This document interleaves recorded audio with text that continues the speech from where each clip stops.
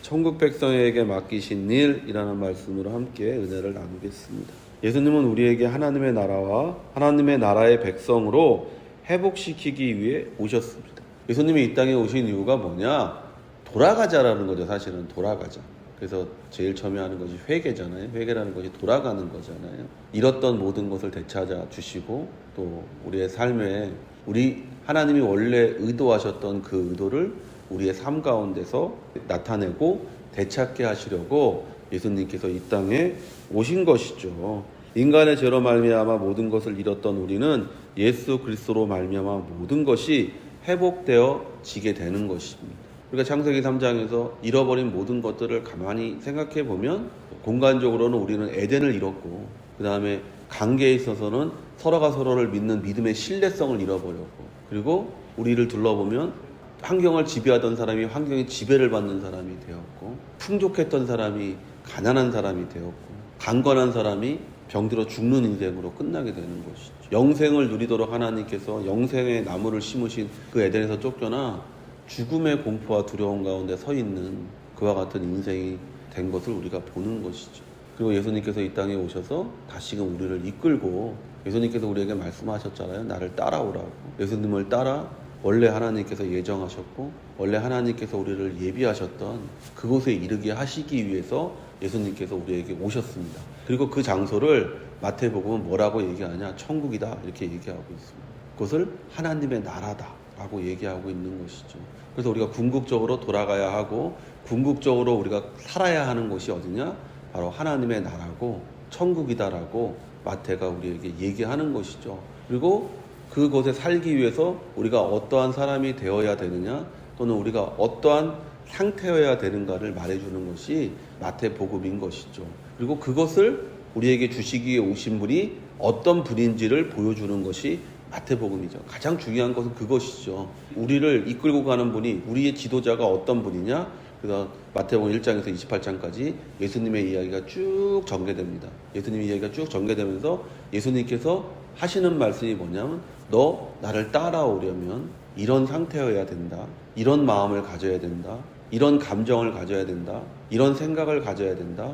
이런 삶을 살아야 된다라고 얘기하는 것을 우리가 듣게 되는 것이죠.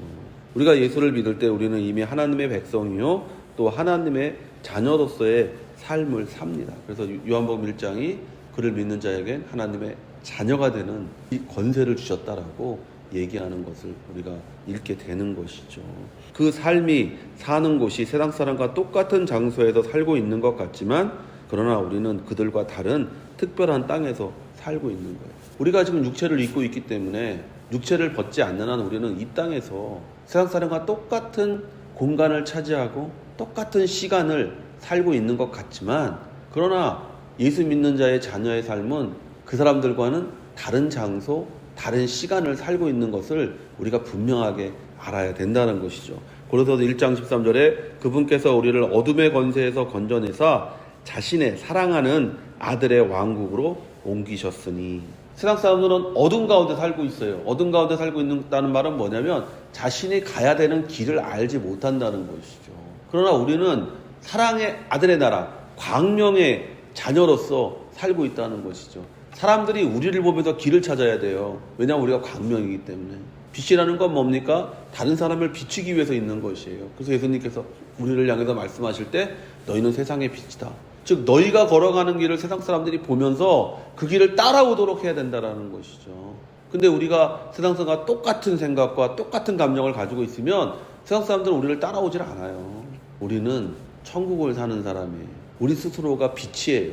그래서 우리는 예수님을 따르는 그 길을 가야 돼요.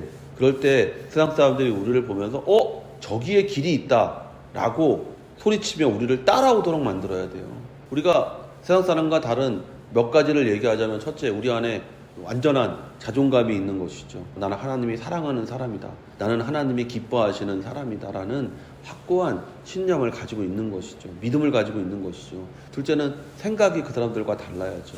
세상적인 긍정적인 생각, 마인드 이런 걸 말하는 것이 아니에요.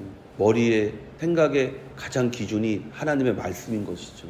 하나님의 말씀과 또 세상의 철학과 완전히 분리된 그런 인생을 살아야 되는 것이죠. 육체도 죄를 짓는 것, 자신의 즐거움, 쾌락을 위해서 하는 것이 아니라 하나님의 기쁨과 하나님의 영광을 위해서 자신의 삶을 드리는 그와 같은 사람이 돼야 되겠죠. 우리의 몸은 이 땅에 매여 아직 영생과 안식과 축복의 땅인 에덴에 들어가지 못했지만 우리의 영과 혼은 이미 천국을 누리며 살도록 축복이 임한 거예요. 그러니까 겉에서 보면 똑같지만 그 사람을 해부해 보면 그 사람 안에 있는 생각이 다르고 그 사람 그 깊숙이 들어있는 영이 다른 것이죠. 세상 사람들은 영이 죽었어요. 그러니까 하나님을 알지 못해요. 하나님을 만지지 못해요. 하나님을 보지 못해요. 그러나 우리가 예수를 믿을 때 우리 안에 죽었던 영이 살아나서 하나님을 알고 그러니까 기도하는 거잖아요. 왜 기도합니까? 하나님의 영이 살았으니까 기도하는 거예요. 우리 안에 있는 영이 살았으니까 하나님을 만날 수 있고 하나님을 만질 수 있고 하나님과 함께 할 수 있기 때문에 기도하는 거예요. 그 다음에 우리의 생각이 하나님의 말씀으로 충만한 사람이 되는 것이죠.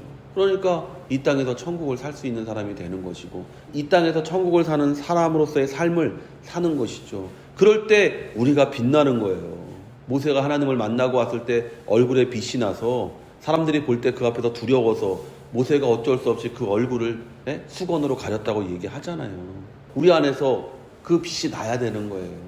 우리 얼굴에서 빛이 나는 것이 아니라 우리의 생각과 우리 안에 있는 것들로 인하여 사람들이 우리를 만났을 때 우리와 이야기할 때 무언가 다른 것을 아는 것이죠. 당신은 세상 사람과 달라요. 당신은 내가 만났던 사람들과는 좀 다른 것 같아요. 당신의 생각은 다른 사람들과 좀 다른 것 같아요. 당신 안에 있는 그 따스함은 좀 다른 것 같아요. 그런 말을 여러분이 들을 수 있을 때 여러분이 정말 천국을 사는 사람인 줄 믿습니다. 우리가 천국을 살고 있다는 증거는 먼저 그 나라와 그 의를 구하고 있는 자신을 발견할 때입니다. 세상을 사는 사람은 무엇을 먹을까, 무엇을 마실까, 어디에 거할까가 그 사람의 모든 중심이에요. 내 안에 천국이 있냐 없냐, 첫 번째가 뭐냐면 내 안에서 가장 중요한 게 뭐냐, 내가 가장 중요하게 생각하는 게 뭐냐, 그것을 생각해 보면 되는 것이죠. 돈이다, 그러면 세상 사람이죠. 명예다, 세상 사람이죠. 권력이다, 세상 사람이죠. 누가 나를 알아주지 않아도 내 안에 하나님이 나를 알아주신다는 기쁨이 있을 때 그때 여러분이 천국을 사는 것이죠. 그들이 나갈 때 귀신 들려 말 못하는 사람을 예수께 데려오니 귀신이 쫓겨나고 말 못하는 사람이 말하거늘 무리가 놀랍게 여겨 이르되 이스라엘 가운데서 이런 일을 본 적이 없다 하되. 예수님은 산상수훈을 통해 천국의 헌법을 선포하신 후에 계속해서 질병의 치유와 문제의 해결과 죽은 자를 살리고 귀신을 내어 쫓는 일을 행하셨습니다. 마태복음이 우리에게 말하고자 하는 것이 무엇이겠습니까? 우리가 하나님의 법대로 살지 못하는 이유가 바로 우리 자신의 문제에서 기인한다는 거예요. 5장에서 7장까지 산상수훈을 선포한 다음에 8장 1절부터 나병 환자 이야기가 나오는 거예요. 병자들의 이야기가 나와요. 계속해서 몇 장 동안을 계속해서 병자들, 귀신 들린 사람들, 죽은 여자아이를 살리는 이야기, 혈루병 앓는 이야기, 이런 얘기가 나와요. 5장에서 7장까지 천국의 헌법이에요. 너희가 그렇게 살고 싶은데 못 살지, 살 수 없는 이유가 뭔지를 설명해 주는 거예요. 너희는 나병 환자야. 너희는 영이 죽은 사람이야. 너희는 귀신 들려서 세상에 사로잡혀서 하나님을 알지도 못하고 하나님을 만지지도 못하고 하나님을 경험하지도 못한 자들이야라고 얘기하고 있는 거예요. 우리가 예수를 만날 때 그때 바로 치유가 임하는 것이고 그 치유가 임할 때 비로소 우리가 마태복음 5장에서 7장의 말씀이 진실인 줄 알고 진리인 줄 알고 그 진리를 우리가 살아내는 사람이 되는 거예요. 우리의 문제로 우리는 하나님이 우리를 위해 예비하신 모든 축복을 누리지 못한다는 것입니다. 우리 안에 있는 죄가 마귀의 유혹에 넘어가 하나님이 기뻐하시는 일을 하는 것이 아니라 마귀의 자녀로서 마귀가 기뻐하는 일을 한다는 것입니다. 요한일서 3장 10절에 이러므로 하나님의 자녀들과 마귀의 자녀들이 드러나나니 무릇 의를 행하지 아니하는 자랑 또는 그 형제를 사랑하지 아니하는 자는 하나님께 속하지 아니하니라. 하나님의 자녀와 하나님의 자녀가 아닌 것을 요한이 두 가지를 얘기합니다. 의를 행하느냐 첫째, 둘째는 뭐냐면 네가 형제를 사랑하느냐, 이 두 가지를 보는 것이죠. 이 두 가지가 네 안에 있을 때 너는 하나님의 자녀고 네 안에 그것이 없으면 너는 마귀의 자녀인 것이죠. 우리가 예수를 믿고 그분의 말씀을 붙잡을 때 우리는 비로소 우리 자신의 치료와 마귀의 유혹을 이기는 복된 자들이 될 수가 있는 것입니다. 바리새인들은 이르되 그가 귀신의 왕을 의지하여 귀신을 쫓아낸다 하더라. 똑같은 기적을 보고 똑같은 말씀을 받았지만 반응은 서로 달랐습니다. 예수께서 모든 도시와 마을에 두루 다니사 그들의 해당에서 가르치시며 천국 복음을 전파하시며 모든 병과 모든 약한 것을 고치시니라. 예수님의 활동을 자신의 구원하기 위한 활동으로 본 사람들이 있어요. 예수님의 활동을 인기와 정치적인 것으로 본 또 한 무리의 사람들이 있습니다. 그들은 자신들이 받아야 할 칭찬과 존경과 명예를 예수가 다 가져간다고 생각했어요. 바리새인들이 얻기 원하는 것을 예수가 얻어가니까 바리새인들은 뭐라고 말하냐면, 야, 저거 하나님의 역사 아니야. 저거 귀신의 역사야. 똑같은 말씀을 듣고 똑같은 병치료를 보고 똑같은 귀신 내쫓은 것을 보았어요. 똑같은 천국 복음을 들었어요. 그러나 한 무리는 그것을 하나님의 역사로 받아들였어요. 한 무리는 그곳에서 치유를 경험하고 치유를 체험했어요. 근데 한 무리는 그곳에서 예수님을 비방하는 것을 보게 됩니다. 비방의 이유가 뭡니까? 나를 알아주지 않아서입니다. 남에게 인정받고 싶어서, 남에게 대우받고 싶어서, 남에게 사랑받고 싶어서, 남에게 존경받고 싶어서, 즉 자기 중심의 삶을 살려고 했기 때문에 그들은 예수님을 알아볼 수가 없었습니다. 더 중요한 건 이 사람들이 하나님의 이름을 팔면서 그렇게 했다라는 거예요. 성경에 나오는 모든 죄의 근원이 뭐냐? 자기 중심성입니다. 자기 중심성을 버릴 때 예수님의 그 은혜를 우리가 받아들일 수 있는 것이고 하나님의 사랑을 뚜렷하게 우리가 체험할 수가 있는 거예요. 내 육체를 위하는 삶을 살 때 우리는 멸망하는 인생이 되는 거예요. 우리가 출애굽한 이스라엘 민족을 보면 알 수 있지 않습니까? 출애굽한 이스라엘 민족의 자기 중심성이 뭐예요? 자기 육체를 만족하는 거예요. 배고파요, 목말라요. 그러나 광야에서 모세와 여호수아와 갈렙은 그들과 다르게 말하고 다르게 행동한 것을 우리가 보잖아요.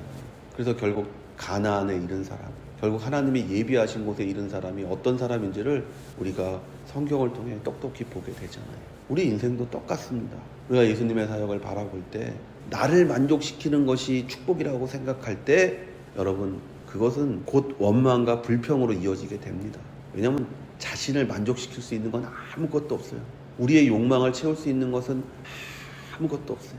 그러나 우리가 아까도 말한 것처럼 먼저 그 나라와 그 의를 구하는 삶, 즉 그 말씀을 의지하는 삶을 살게 되면 어떤 것에서도 우리는 만족하는 삶을 사는 것이고 어떤 것에서도 우리는 축복을 체험하는 삶을 사는 것이고 마침내 하나님이 예비하신 곳에 들어가는 복된 인생이 되는 줄로 믿습니다.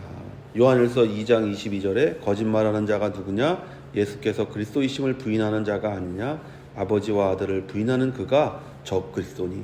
예수님이 우리의 죄와 가난과 질병과 죽음을 짊어지기 위해 인간의 몸을 입고 이 땅에 오신 구원자의 심을 믿지 않는 자가 바로 적그리스도입니다. 하나님의 반대편에 서 있는 자, 예수님의 반대편에 서 있는 자가 적그리스도예요. 그 사람이 어떤 사람이냐? 자기 육체의 만족을 위해서 사는 사람인 거예요. 멸망의 자녀요 독사의 자식이요 마귀의 자녀인 거예요. 그런 사람이. 그러나 우리는 이제 구원의 이름이신 예수 그리스도를 믿어 천국에 살고 있는 사람들입니다. 우리가 이제 예수 그리스도로부터 치유받고 예수 그리스도의 신분과 사역에 대해 분명해졌다면 우리는 이제 우리가 이 땅에 남겨져 있는 이유를 알아야 되는 거예요. 왜 우리를 천국에 데려가지 않고 이 땅에 남겨주셨는지를 우리가 생각해 봐야 되는 것이죠. 무리를 보시고 불쌍히 여기시니 이는 그들이 목자 없는 양과 같이 고생하며 기진함이라. 이에 제자들에게 이르시되 추수할 것은 많되 일꾼이 적으니 그러므로 추수하는 주인에게 청하여 추수할 일꾼들을 보내주소서 하라 하시니라. 먼저 우리는 세상을 보는 눈을 가져야 됩니다. 세상의 화려함에 눈이 멀면 안 됩니다. 무리를 보시고 불쌍히 여기시니 그들이 목자 없는 양과 같이 고생하며 기진합니다. 이 세상 사람들이 겉에서 볼 때는 크고 화려할지 모르지만 그 사람의 내심은 어떨까요? 목자 없는 양의 그 내심은 어떻겠습니까? 두려움이죠. 불안함이죠. 염려죠. 근심이죠. 세상 사람들을 바라볼 때 그 하나님 없음을 바라보세요. 목자 없는 것을 바라보세요. 그러면 여러분 그들을 부러워하거나 그들을 시기하거나 질투하는 것이 아니라 그들에 대한 연민과 그들에 대한 동정심이 나올 수밖에 없어요. 저들이 내가 아는 것을 알았더라면 하고 말하게 되는 거죠. 야고보서 4장 14절에 내일 일을 너희가 알지 못하는도다. 너희 생명이 무엇이냐? 그것은 곧 잠시 나타났다가 그 뒤에 사라져버리는 수증기니라. 우리 개혁 성경은 안개니라 이렇게 기록되어져 있죠. 우리 인생이 안개예요. 근데 안개가 좀 크면 뭐 어떻고, 작으면 좀 어떻고, 맑으면 어떻고, 탁하면 어떻고, 똥 위에 안개가 있든 장미꽃 위에 안개가 있든 그 뭐 무슨 의미가 있겠어요. 곧 이따 사라지는 것들인데. 근데 장미 위에 있는 안개를 부러워하고, 맑은 안개를 부러워하고, 깨끗한 안개를 부러워하고, 웃기잖아요. 하루살이가 하루살이를 보면서. 그렇지 않겠어요? 여러분이 하루살이를 보면서 어떤 하루살이는 배불리 먹고 죽은 하루살이, 아무것도 먹지 못하고 죽은 하루살이, 아무것도 먹지 못하고 죽은 하루살이가 배불리 먹은 하루살이 보고 아유 부럽다 넌 먹고 죽었으니까 이렇게 말할까요? 똑같잖아요. 그 죽음 뒤에 무엇이 있는지를 생각하며 살아야 되겠죠. 지금 내가 비록 적게 가지고 적게 먹고 적게 누릴지라도 그 죽음 뒤에 나를 위해 영원한 것들이 누릴 수 있는 것이 있다면 내가 지금 이곳에서 무엇을 하며 어떻게 살아야 될지를 생각해야 되겠죠. 잠시의 쾌락을 위해 영원한 생명과 안식과 축복을 버리는 어리석은 삶을 살지 마십시오. 예수님이 없는 인생은 목자 없는 양과 같이 고생하며 기진하는 인생입니다. 항상 두려워하고 염려하며 근심하는 인생이 하나님을 떠난 인생입니다. 예수님을 붙잡으십시오. 하나님이 함께 하시고 하나님이 우리에게 맡기신 인생을 살아야 됩니다. 우리는 믿음 안에 자라야 하고 열매 맺는 삶을 살아야 합니다. 그리고 우리로 말미암아 우리 주변의 사람들이 함께 변해가는 복된 삶을 살아야 됩니다. 예수 안에서 치유받고 나를 구원하신 예수님을 깊이 알고 날마다 믿음 안에서 성장해가는 성도가 되시기를 예수의 이름으로 축원을 드립니다.